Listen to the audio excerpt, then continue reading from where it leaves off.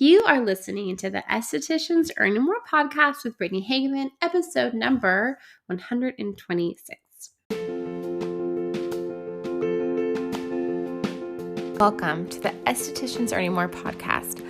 On this podcast, we talk about how to love your esthetician business without the hustle, exhaustion, or overwhelm as it booms into a successful business. I teach simple ways how to approach your business that gives you your life back while still growing a profitable business. I grew BLH Beauty in San Diego to a 6-figure business, and I learned a lot along the way, which I'm excited to share with you here. So let's get started.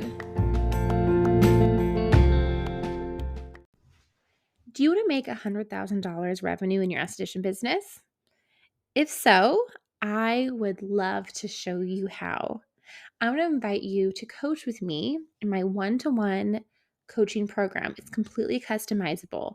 The way that it works is we sit down and figure out what you've been doing in your business that hasn't been working, and then make a very specific plan that I help you follow over the course of 6 months to get it done. We meet weekly for 30 minutes and discuss exactly what went well that week and we're going to do next week, whether it's your pricing needs to be raised, or you need to have boundaries with your clients, or if you need to learn how to sell skincare, or you need to niche down and you're doing way too many services and not making money, or all of the above. Whatever the issue is, whatever the reason is you're not making money, we'll figure it out together and we will grow your business into a really profitable business that's sustainable, that you love, and that really helps people.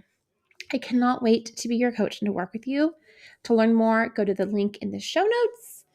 And with that, on with today's episode. Hello, happy Monday. Welcome back. Okay, I recognized when I was publishing last week's episode that it was not actually Halloween when I published it. It was the next day.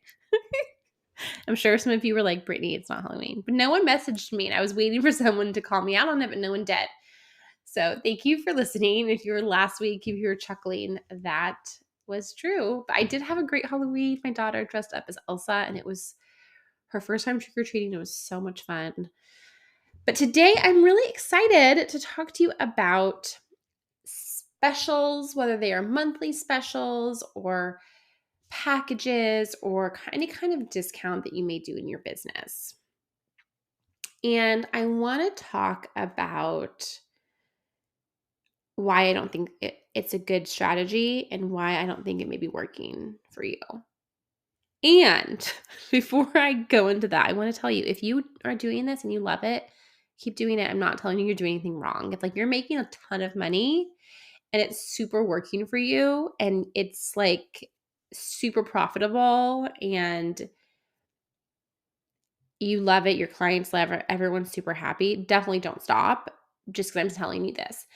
I'm speaking to you if you, my friend out there, are running specials, whether they're monthly specials or other kind of specials, discounts, and you have people coming in. You do. They come in and they book. They do. They come every month or however often they're supposed to come or whatever it is, but you're really not making a lot of money. You're making money, but are you super profitable? Like, are you paying yourself really good every month? Are you no business debt and money's just kind of rolling in really nicely and it's just really good money and easy money? If that's not the case, which I suspect it might be for many of you if you're running specials, then today's episode is for you. Okay, I'm going to talk to you a little about my history with specials myself and just my general thoughts around specials. I'm going to keep calling them specials with discounts, whatever you want to call them, packages, and then what I think you should do instead. So I, as you may know, worked for someone the first year or so. I was an esthetician, and she had a monthly facial, and it was often inspired by SkinScript, that skincare brand, which I do enjoy their enzymes and parts of their line. And they had monthly facials that they would promote, this enzyme and this mask. And so she would also run that as well. It was always a little bit cheaper than the normal facial. And, we got a lot of bookings. I got a lot of bookings that way. And so that was good. And she was very anxious about how my books were not full for a while. They were like, I had people on them, but I wasn't booked out. It wasn't really booked out until about a year into working for her. And she wanted to think of different specials to get people to come in to see me. So when I first started working for her, there was some discount, I can't remember now, big discount facial to see me the first time if you saw me one time. And I got some people that came back from that. Not everyone did. I did get a lot of people book it though. I think like maybe 15 people booked it, but maybe only 3 or 4 continued with me. And then she ran a monthly membership for my clients only. So her clients, I don't believe, were eligible for this. And I think it was $89 a month for a full customized facial, which is like such a steal. It's like an hour. I think that was an hour. And they would change to the spa gown and get in the table with the warm new sheets and have a full-on facial with massage, extractions, enzyme, microderm, all the things for $89. It was a steal. It was great. So when I ended up leaving her to open my own business, I probably had maybe 20 or more, around 20 monthly facial clients, and she couldn't accommodate them because she was so booked. So she was like, you can take them. And I can't remember if we had already raised the price to $99. I think we may have, or maybe I did when I eventually went on my own. So these people actually were really helpful for me because they essentially, like, how many people followed me is what kept my business open. It paid all my business expenses. And so I broke even just from them. So it was like they were the backbone of my business for sure. Because of them monthly, I could focus on growing my acne business. So I had at least my business expenses paid for from these facial clients. Did they buy product? No, they did not, my friend. Maybe once in a while, one of them would buy a cleanser or a moisturizer or SPF, but they were not people that really had major skin issues. They really loved the facial. They loved the massage and, the glow they'd have after and all that stuff. But did they really need corrective skincare? No.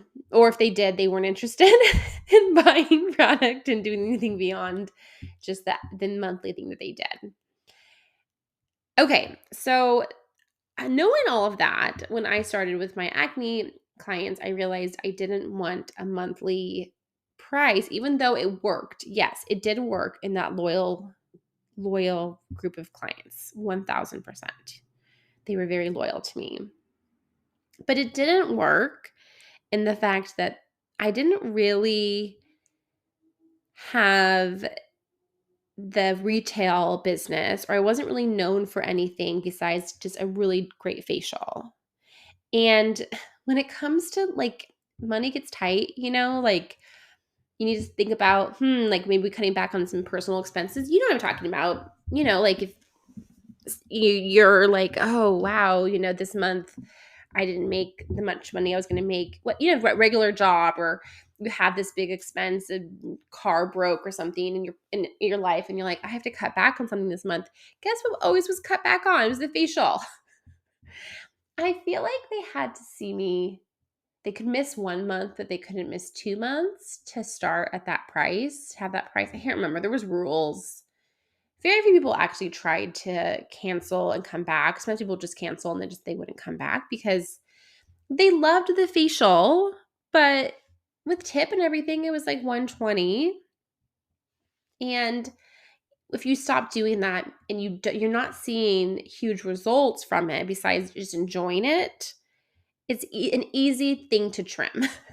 If you're trimming the fat in your personal budget, it's an easy thing to trim. Like if you went and got a massage every month and you really enjoyed the massage, but like if you missed a month, your body wasn't like aching for it. You're like, I guess I don't really need that massage. I can save that money, right? So that's kind of what happened. So I started slowly losing facial clients, and I also wasn't really that passionate about it. So that also helped me lose clients. And so when I was doing my acne, I was thinking, okay, I want to be something they cannot skip. I want to be the thing they budget for. Like if my client doesn't have a lot of cash, I want it to be, this is so incredible that I will forego going out to dinner with my friends twice to pay for this, or I will forgo my nail appointment, or I forgo my lash appointment, or I will forgo shopping and buying more clothes, or whatever other, thing that you may cut from a budget. My skin is not that. That is the top of my budget. I won't get my hair cut for 6 months, but I will go and get my monthly facial appointments or my twice monthly facial appointments. I wanted to be that. And that is why I think you may be having a hard time with your discount or your specials. If it becomes something that is a nice thing that they do, but it's not a thing they need to do, you're not going to get that repeat money that you really need to have a business, to have a profitable business. And if that client is coming for that discounted price every month, they are generally not buying a lot of skincare. Like I said, that's my experience, and that's a lot of my esthetician clients have told me the same thing with them, is they're buying that facial every month. They are not buying the full skincare line you recommend. They're like, I'm okay. I'm no back to using my Cetaphil. I'm happy with that. It's fine. So you're putting out a lot of energy doing these appointments, and you're making the money, of course, for the time that they're with you, but that's it. And that's maybe why your business isn't growing, because then they tell their friends who also like specials and discounts, hey, this person's so great.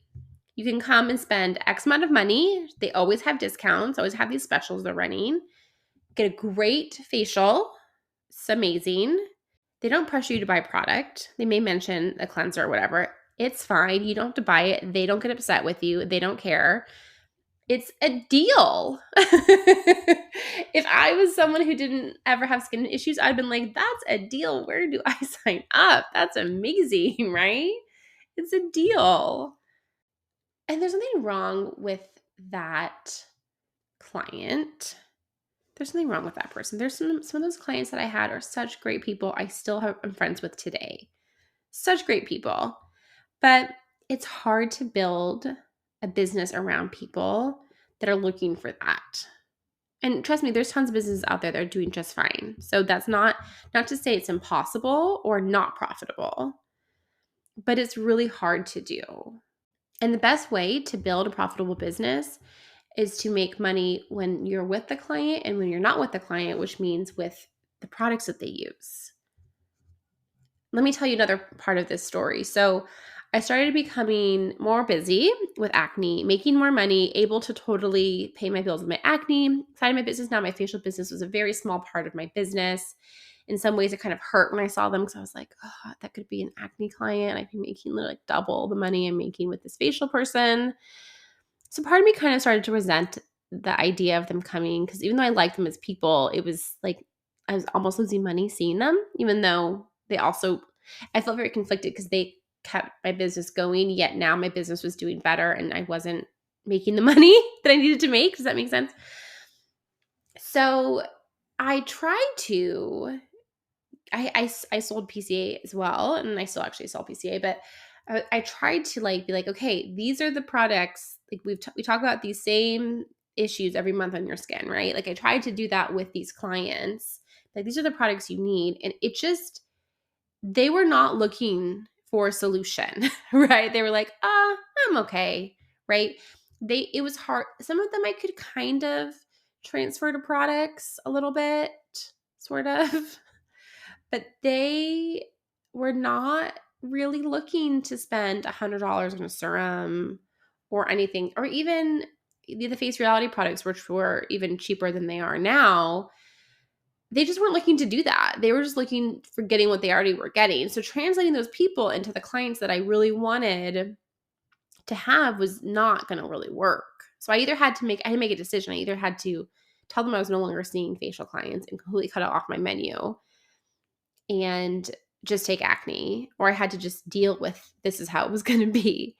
And so what I decided to do was I took no more new facial clients. So no one else could be a facial client, only my current people. And I just when I was with them, I knew that this is what it was going to be. I let go of the idea of selling them skincare or doing anything different with their skin. And I also just spent a lot of time just being really grateful for them and not being resentful that I could be doing something else, because I did not want to say I didn't want to see them anymore. Not to say there was anything wrong with that. I wasn't at that place yet. And maybe now, years later, if I'd still stayed in San Diego and had my business, I never like moved, anything like that, maybe I would have gotten to that point of saying that. But that's not where I was at the time. So there's no right or wrong answer here. Like, again, if you do have these clients that are on specials and you want to keep doing specials for them, like, keep doing special for them. I'm not telling you not to. But it can change the way a conversation happens in your business that ends up really costing you a lot of money. Another example would be like, especially if you do acne, or if you do, like, I've seen these a lot with like hair removal, like waxing or sugaring or laser hair removal, any of those kind of, you have to get a certain amount of something, or microneedling. People do sell them as packages.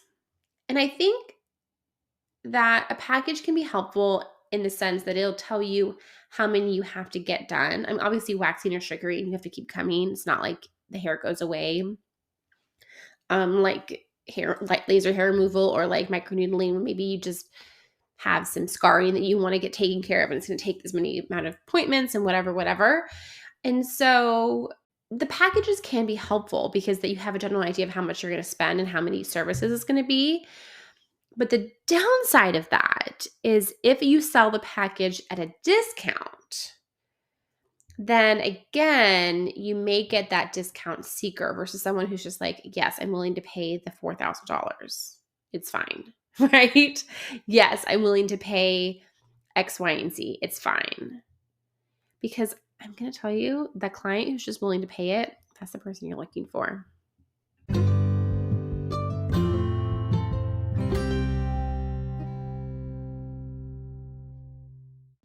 I want to offer you this, and that is, it can be terrifying to take away specials and discounts that you know is the core of your business. Like, if I had listened to this podcast when I had just opened BLH Beauty and I had these members paying, I don't know if it was $89 or $99 a month. I don't remember at that time for a facial. And I'd heard this, I'd be like, but I need that money. What are you saying? Like, that wouldn't have been a good business decision for me to just stop seeing those people and just stop it. That would have been not a good idea. That would have been business suicide because I would have not been able to pay my business bills. So I'm not saying just be like, oh, eliminate all discounts, just move on from that group of people. What I am saying is do not promote your specials. If you have specials, the people who are coming in for those, stop promoting them. Instead, promote something that's actually going to make you money in a long-term way. So I started promoting my acne program. It can be something totally different than acne. It doesn't matter. But I started promoting something that was going to bring in a consistent, reliable income with services and product post the time that they were seeing me, which again, people are still buying product from me today. I just got another order and I have not seen people in person for over 3 years. So do not just stop doing the specials cold turkey unless you already have another way of making a lot of money and the specials just, you just are ready to let it go. So get that money in clearly going strong, profitable, and then start deciding whether or not you're going to take away these packages or specials that are not serving you. That is it for today. Have a fantastic week. Talk to you next week. Bye for now.